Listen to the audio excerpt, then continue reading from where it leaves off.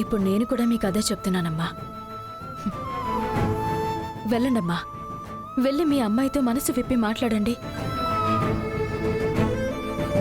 ఇన్నేళ్లు లోపల పేరుకుపోయిన కోపాన్ని ఏడ్చేసి దాని నుండి విముక్తి పొందండి. అప్పటికి మీకు కోపం తగ్గకుంటే మీ కూతురికి ఒక 4 దెబ్బలు కూడా వేయండి. దానికి మీకు 100% అర్హత ఉంది.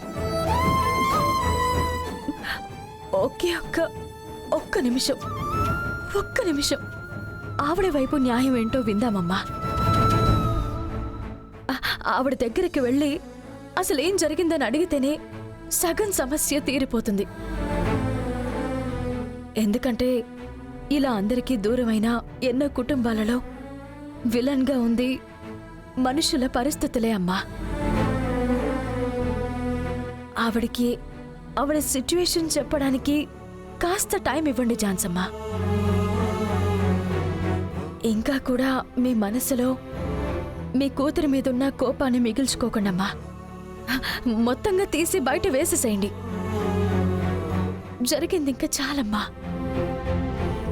ఏం జరిగినా ఆవిడ మీ కూతురు జాన్సమ్మా.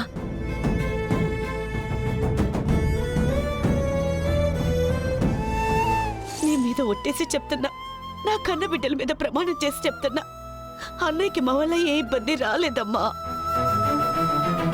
నీకెవరో అబద్ధం చెప్పారు, అబద్ధం చెప్పి నిన్ను నమ్మించారు. జయరాణిని కలవడానికి ఏర్పాటు చేయి.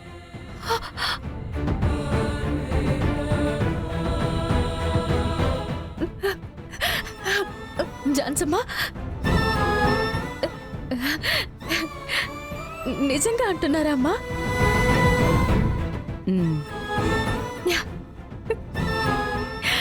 అమ్మా, నేను ఇప్పుడే వెళ్ళి ఆవిడతో చెప్తాను.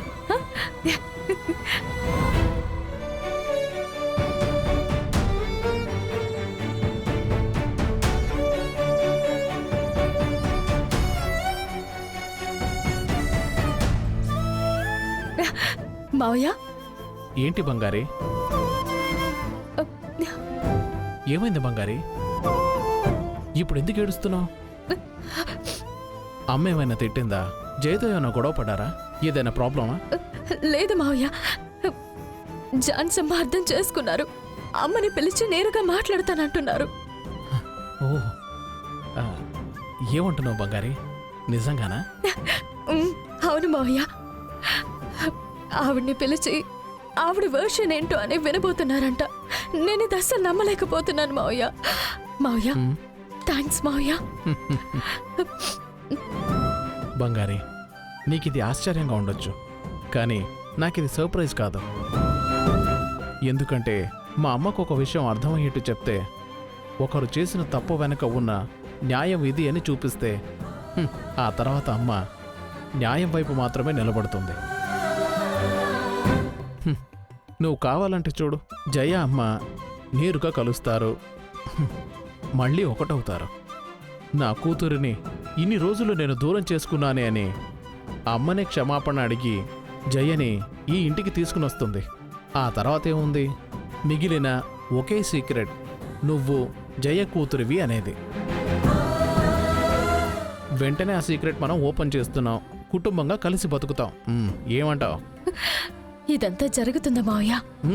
ఖచ్చితంగా జరుగుతుంది తల్లి. కావాలంటే చూస్తూ ఉండు. ఆ మీటింగ్ అయిపోయిన వెంటనే ఇద్దరూ కలిసి ఆనందంగా ఇంటికి వస్తారు. నువ్వు ఒక పని చెయ్యి.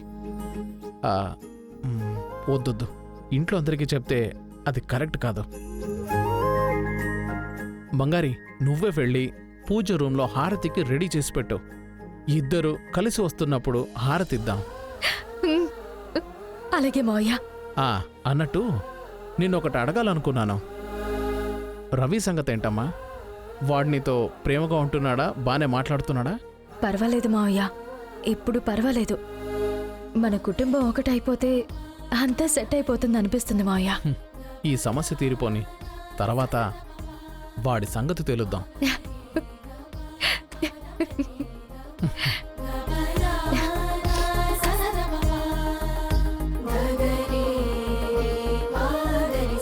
అమ్మా, అమ్మా, బంగారే, చూసుకోవే ఎందుకు ఇంతలా పరిగెడుతున్నావు? నేను పట్టుకుపోయి ఉంటే పడిపోయి ఉండేదానివి. బంగారి ఏమైంది? ఏమైందమ్మా? ఆ? జాన్సమ్మా, జాన్సమ్మా. ఆ, అమ్మకి ఏమైంది? ఏమైనా అన్నారా? అమ్మకు ఆరోగ్యం బానే ఉంది కదా? జాన్సమ్మా నిన్ను నేరుగా రమ్మంటున్నారు, నీతో మాట్లాడాలంటున్నారు. ఏ ఏమంటున్నావే? ఆ, అమ్మ నాతో మాట్లాడాలంటుందా? మావయ్య జరిగిన నిజం అందరికీ చెప్పేశారు. ఏమని చెప్పారు? నీకు మావయ్య పెళ్లి చేశారని, నీదసలు ఏ తప్పు లేదని, పాపం అలా మొత్తం జరిగిందంతా చెప్పేశారమ్మా. అమ్మేమంటుంది? జాన్సమ్మ చాలా గిల్టీగా ఉన్నారు. నీదసలు తప్పే లేనప్పటికీ నిన్ను దూరం పెట్టేశామే అంటున్నారు. నీతో మనసు విప్పి మాట్లాడాలి, నీ వైపు న్యాయమేంటో వినాలి అని నిన్ను రమ్మంటున్నారమ్మా.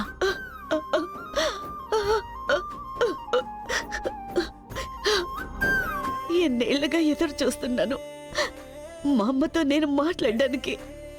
మా అన్నయ్య బాగుండుంటే నేను అమ్మ ఎప్పుడు కలిసిపోయేవాళ్ళం. దేవుళ్ళ తిరిగొచ్చి నా జీవితాన్ని మార్చేశాడు కదా. నా కోసం అన్నయ్య ఎంత కష్టపడుతున్నాడని నాకు తెలుసు బంగారి. మా అన్న ఏదో ఒకటి చేస్తాడని నేను చాలా నమ్మకంతో ఉన్నాను. ఇవాళ నిజమైంది బంగారి. ఇది నాకు చాలా బంగారి, ఇది చాలు. జీవితంలో అన్ని సాధించేశాను అన్నట్టుంది. మా అమ్మ నేను మాట్లాడేది మనసు పెట్టి 10 నిమిషాలు వింటే చాలు. మన కుటుంబానికి ఉన్న సమస్యలు తీరిపోతాయి. మనమంతా ఒకటవుతాం బంగారి. సరే, అమ్మ ఇప్పుడు ఎక్కడుంది? నేను ఇప్పుడే మా అమ్మ చూడాలి. నువ్వు రామ్మా, నేను తీసుకుని వెళ్తాను. ఒక నిమిషం ఉండు. భగవంతుడా, ఇన్ని రోజులు నీ చేసిన నేను వేడుకున్న వేడుకలు నా కన్నీళ్ళు చూసావు.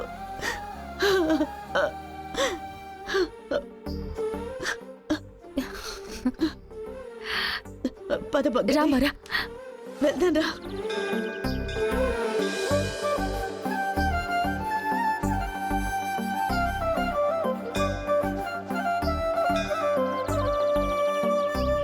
అమ్మా, ఏంటమ్మా అక్కడ కూర్చో.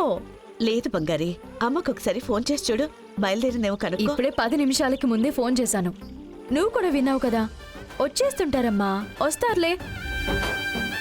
మాటి మాటికి ఫోన్ చేస్తే కోప్పడతారు కదా. నాకెందుకో కంగారుగా ఉంది బంగారి. నిజంగా నన్ను కూతురుగా ఒప్పుకుంటారా?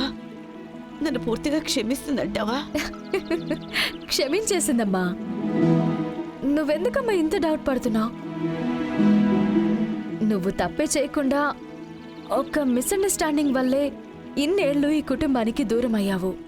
ఏ బంగారి, అమ్మ నాతో మాట్లాడిందంటే నువ్వు నా కూతురువని చెప్పేద్దాం. చెప్పేద్దామమ్మా.